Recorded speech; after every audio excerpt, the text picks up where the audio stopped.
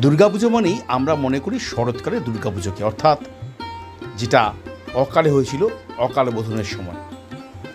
নাম থেকে বোঝাই যাচ্ছে যে অকালে পুজো হয়েছিল, কারণ রামচন্দ্র রাবণকে হারানোর জন্যই শরৎকালে ওই পুজোটি করে, যেই পুজোটি অকালে হয়েছিল বলে একে অকাল বোধন বলে। এবং সেই অকাল বোধনের পুজোই কিন্তু ইতিমধ্যে সারা বাংলা তথা কলকাতা তথা ভারতবর্ষ এবং বিদেশেও জনপ্রিয়। দুর্গাপুজো বলতেই কিন্তু আমরা সেই অকাল বোধনের দুর্গাপুজোকেই বুঝি, কিন্তু বাঙালিকে মনে রাখতে হবে অকাল বোধনের দুর্গাপুজো কিন্তু আসল দুর্গাপুজো নয়। আসল দুর্গাপুজো কিন্তু হয়েছে বাসন্তী মাসের এই শুক্লপক্ষে। এই বাসন্তীকালের দুর্গাপুজোই আসল দুর্গাপুজো। আমি রমেন, আর আমার চ্যানেল রটক উচ্চারণের প্রত্যেকে স্বাগত। আমি এই মুহূর্তে পানিহাটির যুবশক্তি ক্লাব, সেই যুবশক্তি ক্লাবের যে বাসন্তী পুজোর মণ্ডপ প্রাঙ্গণ, সেখানে চলে এসেছি। আজ ষষ্ঠী, সেই ষষ্ঠীর দিন এখানে ষষ্ঠীকে ঘিরে কতটা উন্মাদনা, তাদের বাসন্তী পুজোকে ঘিরে কতটা উন্মাদনা, সেটা তোমাদেরকে দেখানোর চেষ্টা করব। এটা নিয়ে পরপর 3 বছর কিন্তু আমি এখানে এলাম। এখানকার পুজো খুব ভালো লাগে আমার, এত সুন্দর পুজো এখানে সম্পন্ন হয়। এবং ভাস্কর শ্রী শ্রী ব্রজেশ্বর পাল তার স্টুডিওরই প্রতিমা এখানে প্রত্যেকবার তৈরি হয়, আমি দেখেছি। সুতরাং এই বছরও তাই তোমাদেরকে দেখাতে চলে এলাম যে যুবগোষ্ঠীর পানিহাটিতে যে পুজোটা হয়, এটা উত্তর, আমি কি বলবো, উত্তরের একটা বিখ্যাত পুজোর মধ্যে, অর্থাৎ আমাদের যে, আমি যদি বলে থাকি এইভাবে করে, যে আমাদের উত্তর 24 পরগনা, সেই উত্তর 24 পরগনার অন্যতম একটা বড় পুজো, বিগ বাজেটের পুজো, এবং খুব ভালো লাগে, একটা দারুণ পরিবেশ তৈরি হয় এখানে পুজোকে ঘিরে। চলো তোমাদেরকে আজকে এই মুহূর্তে দেখাচ্ছি কি চলছে, কেমন চলছে আর কেমন প্রতিমা হয়েছে।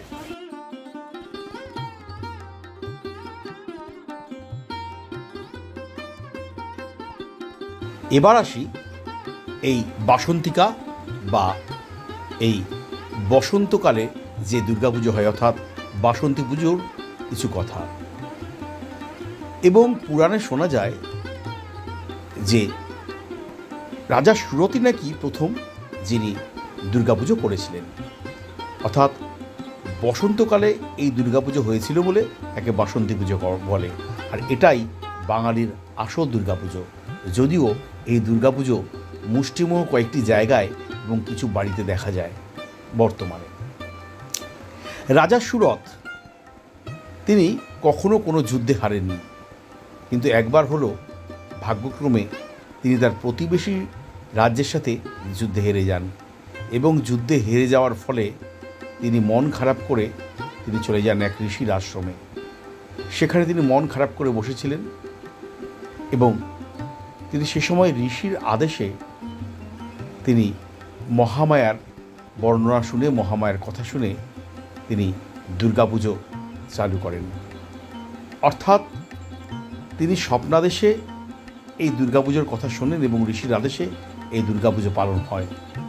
এটাই হচ্ছে বাসন্তীকালের পুজো এবং বাসন্তী পুজো, যেটা রাজা সুরথ প্রথম আরম্ভ করেছিলেন।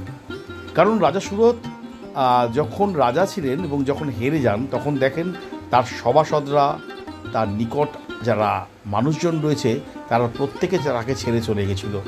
তখন তিনি সেই মনের দুঃখে সেই আশ্রমে চলে যান। তারপর আশ্রমে দিনের পর দিন থাকতে থাকতে তার মন যখন বিচলিত হয়, তখন ঋষি তাকে আদেশ করেন যে মন যাতে তিনি বিচলিত না করেন, এবং তিনি মহামায়ার শরণ নেন। সেই মহামায়ার বর্ণনা শুনে তারপর তিনি যখন শ্রুতি যান, তিনি এই দুর্গারূপ দেখতে পান। তখন তিনি এই দুর্গারূপকেই পুজো করেন, যেটা বসন্ত সময় অর্থাৎ বসন্তকালে শুক্লপক্ষে করেন, এবং সেটাই আসলে বাসন্তী পুজো, যেটা আমাদের আসল পুজো। অর্থাৎ ইতিহাসের এই বাসন্তী পুজোই কিন্তু প্রথম দুর্গাপুজো বলে গণ্য করা হয়, এবং রাজা সুরথ এই পুজোটি প্রথম করেন। আসলে যেটা বলছিলাম যে শরৎকালের পুজোটাই কিন্তু ইতিমধ্যে ভীষণ জনপ্রিয়। রামচন্দ্র যে পুজোটি করেন, এই বাসন্তী পুজো নিয়ে কিন্তু আমরা অনেকটাই কম জানি। কারণ যেটা বলছি সেটা হচ্ছে যে এই মুহূর্তে কিন্তু সারা পশ্চিমবাংলা জুড়ে দুর্গাপুজোর মতন, অর্থাৎ অকাল বোধনের সময় যে দুর্গাপুজো হয়, সেই দুর্গাপুজোর মতন দুর্গাপুজো কিন্তু হয় না। খুব কম জায়গায় এই দুর্গাপুজোটা দেখা যায়। যেমন এই মুহূর্তে আমি রয়েছি পানিহাটিতে। সেই পানিহাটিতে যুবশক্তির যে পুজো, সেই পুজোতে দেখতে পাচ্ছি। আমি এটা নিয়ে 3 বছর আসছি, কিন্তু তাদের এই বসন্তকালে যে পুজো, অর্থাৎ এই বাসন্তী পুজো কিন্তু প্রায় 37 বছরের।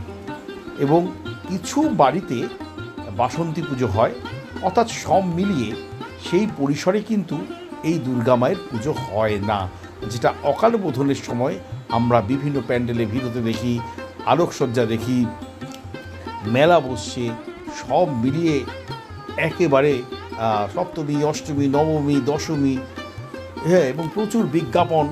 অর্থাৎ পুজো বলতে কলকাতার মানুষ তথা বাংলার মানুষরা যে পুজোটা ভাবে সেটা কিন্তু অকাল বোধনের পুজোটাই।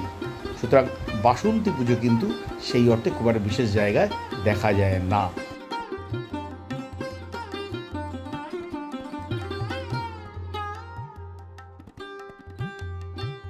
কেমন লাগলো সোদপুর পানিহাটির যুবশক্তি ক্লাবের এই বাসন্তী পুজোর ব্লগটা? অবশ্যই কিন্তু তোমরা আমায় জানিও। যদি ভালো লেগে থাকে অবশ্যই অনেক অনেক লাইক করো, শেয়ার করো, আর হ্যাঁ, যারা নতুন প্লিজ চ্যানেলটাকে আমার সাবস্ক্রাইব করো। তাহলে আমি বিদায় নিচ্ছি এই মুহূর্তে। সোদপুর পানিহাটির যুবশক্তি ক্লাবের বাসন্তী পুজোর যে প্রাঙ্গণ, সেখান থেকে প্রত্যেককে বাসন্তী পুজোর শুভেচ্ছা জানাচ্ছি। প্রত্যেকে ভালো থেকো, সুস্থ থেকো, আর আমার চ্যানেল রটক বিতরণের সাথে থেকো। সোদপুর স্টেশনে নেমে কাউকে জিজ্ঞেস করলেই হবে যে বিটি রোডের স্বদেশী মোড়ে যাব, সেখান থেকে মৌচাক, সেই মৌচাক ক্লাবের সামনেই কিন্তু এই পুজোটা হয়। ভিডিওটা শেষ করে যখন বাড়ি ফিরব, আর কিছুক্ষণ আগে দুটো বাচ্চা ছেলে এসে বলে গেল যে তারা থাকে মিত্রপাড়ায়, তাদের ওখানেও কিন্তু এই বাসন্তী পুজো হয়। তো পানিহাটির যেখানে পুজোটা হচ্ছিল, অর্থাৎ যুবশক্তির যে পুজোটা হচ্ছিল, সেখান থেকে একটু 10-15 মিনিট এগিয়ে গেলাম। সত্যি দেখতে পেলাম ছোট্ট পুজো, কিন্তু দারুণ সুন্দর। তাই সেই দুটো বাচ্চার অনুরোধ আমরা রাখলাম এবং রেখে সেখানকার পুজোটারও কিছু ছবি তুললাম, যেটা তোমাদেরকে দেখাচ্ছি। এই পুজোটা পানিহাটিরই মিত্রপাড়ার পুজো। তাদেরও পুজো কিন্তু এবছর প্রায় 26 বছর অতিক্রম করলো। তোমরা যারা যারা আমার এই ভিডিওটা দেখছো, অবশ্যই জানিও তোমরা যেখানে থাকো সেখানেও বাসন্তী পুজো হয় কি না। আমার খুব ভালো লাগবে, কারণ এরপরে আরও বাসন্তী পুজোর ব্লগ নিয়ে আমি যাচ্ছি নলপুর। বিখ্যাত বাসন্তী পুজো কিন্তু নলপুরে হয়। সেই নলপুরের ভিডিও নিয়েও কিন্তু আমি আসব আমার পরবর্তী ব্লগে। সুতরাং তোমরা দেখতে থেকো আমার চ্যানেল রটক উইথ রমেন।